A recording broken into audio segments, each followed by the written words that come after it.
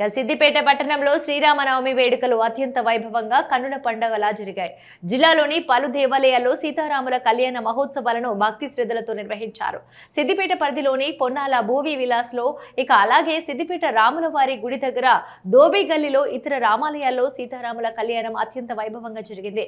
శ్రీరామనవమి సందర్భంగా దేవాలయాలను అందంగా అలంకరించారు. పలు చోట్ల భజనలు, అన్నదాన కార్యక్రమాలు నిర్వహించారు. ఉదయం నుండి సాయంత్రం వరకు రామాలయాల్లో రామనామ స్మరణ మారుమోగింది. జై శ్రీరామ్. ఈరోజు మన భువి విల్లా కమ్యూనిటీలో ఈ కళ్యాణం జరగడం చాలా అదృష్టకరంగా భావిస్తున్నాము.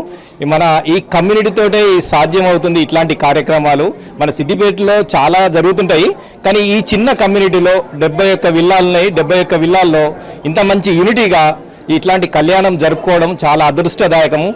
ఎట్లాంటి ఒడిదొడుకులు లేకుండా చాలా కూల్గా ప్రశాంతంగా ప్రతి సంవత్సరం కళ్యాణం జరుగుతుంది. ఇది మన కమ్యూనిటీతో సాధ్యమవుతుందని నేను భావిస్తున్నాను. ఇట్టి కళ్యాణానికి సహకరించిన మన కుటుంబ సభ్యులందరికీ ధన్యవాదాలు, పేరు పేరున ధన్యవాదాలు తెలుపుతున్నాను.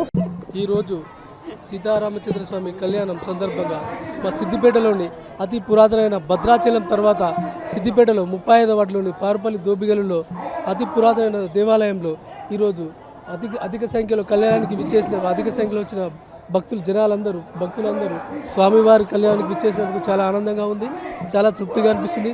ఇంత పెద్దగా వచ్చి అతి చరిత్ర గల ఈ దేవాలయానికి అందరూ వచ్చి ఈ కళ్యాణానికి వచ్చి వీక్షించిన అందరూ కూడా చాలా ఇక్కడికి వచ్చిన వాళ్ళు కూడా ప్రతి వారికి కూడా మంచి జరుగుతుంది. ఒక మంచి పాత ఆలయం, పురాణ చరిత్ర గలది కాబట్టి భద్రాచలం తర్వాత అతి పురాణ ఆలయం కాబట్టి చరిత్రలో ఇది మంచి ఆలయము, మంచి అందరికీ కూడా సమస్త భక్తజనులందరికీ కూడా ఈ శ్రీరామనవమి శుభాకాంక్షలతోటి భువి విల్లాస్ నివాస సముదాయము 2018లో అంకురార్పణతోటి ప్రారంభమైంది.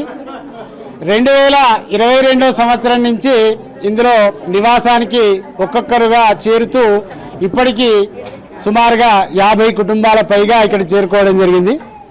మరి ఆనాటి నుంచి ఈనాటి వరకు అంటే 2022లో మొట్టమొదటిసారిగా వినాయక చవితి పర్వదినాన్ని మొదలుపెట్టాం. విఘ్ననాయకుడు వినాయకునితోటి మొదలుపెట్టినటువంటి ఆ కార్యక్రమాలు దినదినము ప్రవర్తమానమై ప్రతి సంవత్సరం కూడా అంగరంగ వైభవంగా జరుగుతుంది.